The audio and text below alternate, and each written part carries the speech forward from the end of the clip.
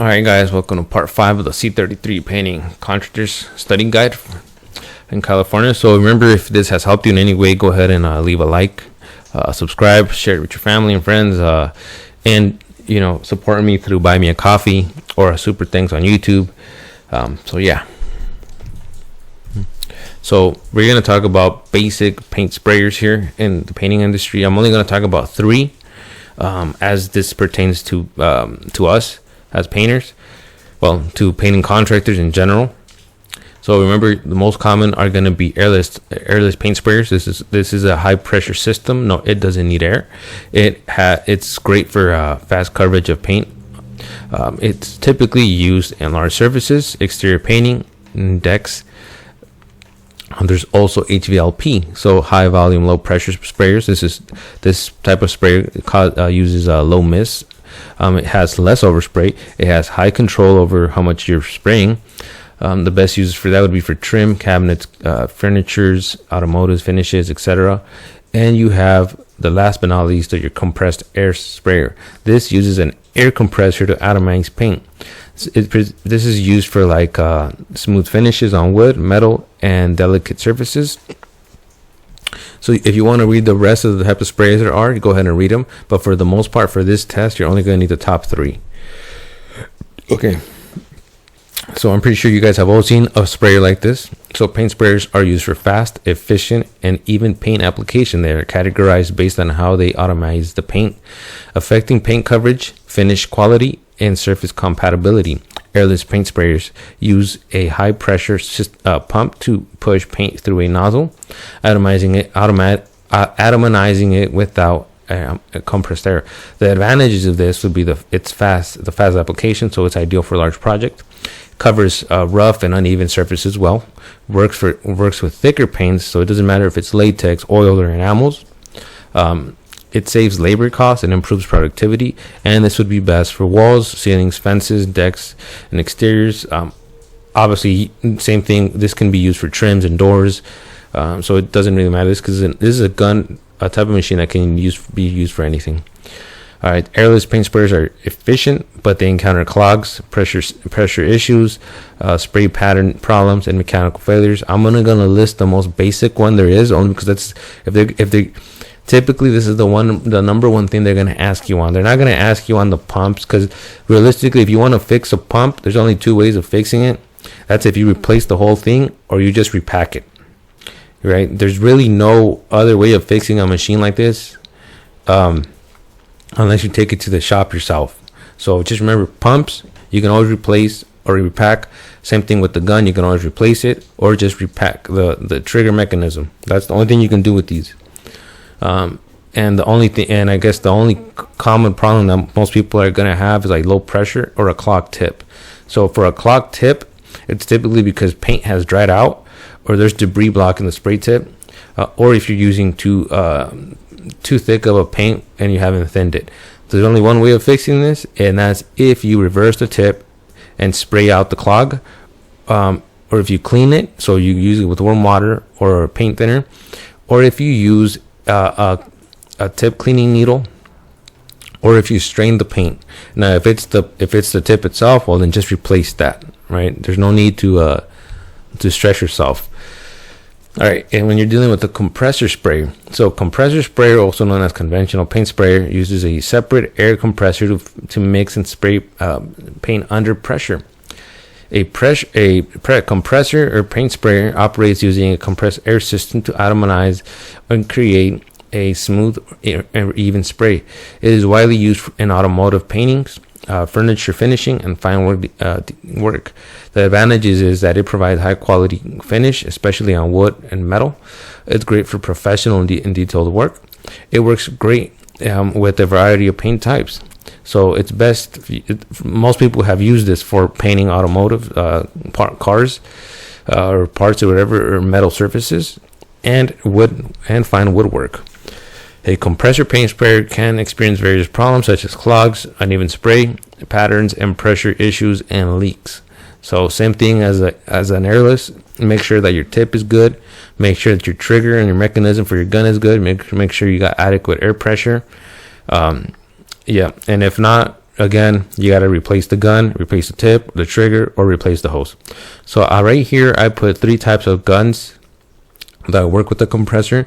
This would be the gravity feed sprayer, the siphon feed sprayer, and the pressure feed feed sprayer. So remember, the gravity feed is the gun down here that has this gravity feed. That means it goes down the gun. A siphon would be an extra instead of this being on top, it would be on bottom. And a pressure feed would be like a separate tank right here that you'd hold handheld while you're spraying with just the gun itself. So, and next up is HVLP, high volume, low pressure sprayers. This uses a turbine or compressor to spray fine particles at low pressure. The advantage of this is less overspray, better control for airless than airless sprayers. Provides a smoother finish. This is ideal for detailed work. Efficient part uses with minimal waste. So it uses less paint than an airless sprayer because it actually uses more air to it uses less air to push out paint. So you're just getting mainly pure paint. This would be best for cabinets, trim, doors, furniture, and automotive uses. So basic gun techniques here. The state isn't going to ask you to know everything about these machines. It's just going to ask you basic information. So remember, you're going to spray at a distance of a 6 to 12 inch from the tip to the surface being painted. You're going to want to hold the gun at a 90-degree angle from the surface, or risk runs if you don't. You want to overlap each stroke by 50%. Always test pressure, thickness, and the type of paint before spraying the project, so you make sure you don't get lines, you got the right pressure, etc. Always clean the machine after every use and use the oil and oil the pistons. Never mix different machines with different bases. Use specific machines for water and another for oil. Remember, type of different bases do not mix. So if you're going to use one for lacquer, use it for lacquer. If you're going to use one for oil, use it for oil. If you use one for water base, use it for water base. All right, tips and sizes. Spray gun tips or nozzles control paint flow, spray pattern, and automation in airless, HVLP, and compressor paint sprayers. Choosing the right tip size is crucial for even application, minimal overspray, and proper paint coverage. What are spray gun tips? A spray tip is a replaceable nozzle that controls how paint is applied. It determines the fan width, flow rate, and thickness of the coating. The correct tip size depends on the type of paint, surface, and finish needed. How are spray tips used?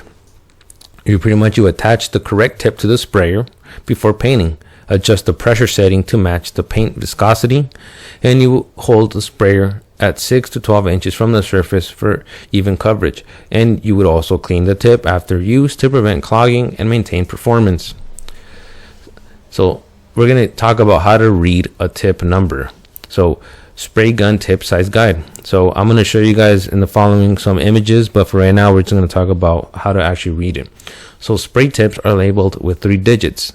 So 517, 313, 619, 310, etc.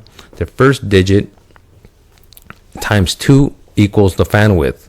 So pretty much at 12 inches at 12 inch distance. So if it is a 517, for example, that means it's going to cover 10 inches wide. Okay. Now the 17 would be it would be 0.017 inch orifice size. Okay. So remember that for best medium coatings like latex paint, for paint finishes, for fine finishes, furniture, trims, and cabinets is going to be a 311. You could use a 310 too, a 313, a 411. For heavy interior and exterior painting, you can use a 515, 517, 516. Remember, it also depends on what you're spraying. If you're going to be spraying wood, I'd recommend a 310, a 311, a 410, 411, etc. I wouldn't go like 515 on wood on exterior because of all the overspray. It's too much. Those 515 and up typically just be for walls. For heavy duty and industrial coatings, you can go 721 825 and 929, but that's more like heavy duty big rig machines. So here I went ahead and put some tip sizes that are recommended. So remember, 211, 311, that would be good for like stains and lacquers. Remember that the fan width is going to be the first number is going to be ×2, so that's going to tell you how wide the fan width is going to be. So give this a look. Don't worry about it. The exam isn't going to test you on your knowledge of each single tip. It is going to test you though on how do you read the tip. All right. So remember, the first number is going to be ×2. That's going to give you your width, and the last two numbers is going to be your orifice size. Okay, your orifice size, how big it is. So we're going to talk about it here in the following step. So remember. So example A says the larger the orifice, with the same fan width, the greater the volume of paint applied to the area. So remember that if it's going to be a 517 that we use an example on, that means it's going to spray 10 inches wide. Okay, the orifice size is how much paint it's going to be throwing.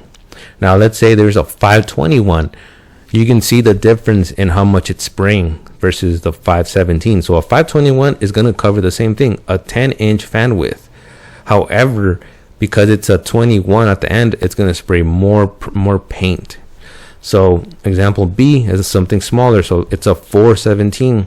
So it's going to be 8 inches wide, the tip, okay, of the width of how much it sprays. The orifice is a 17. So that's how much paint comes out of it. Now, let's say an 817, right? This is gonna spray the least amount of paint because it's smaller and it comes to the orifice size, but because it's a wider range, because now it's going to be throwing 16 inches because it's 8 × 2. And here we have different types of tips. We got your low pressure, your fine finish low pressure. You got your regular rack 5, and obviously there's different kinds. You got Titan, you got what's that called? There's another brand or something that's popular in England. 5 something, T5 or something like that. All right. Well, this was a pretty quick one. Just remember, the most important part is to know the different types of machines, the types of tip sizes, and how to read them. And that you pretty much that should cover everything in this video.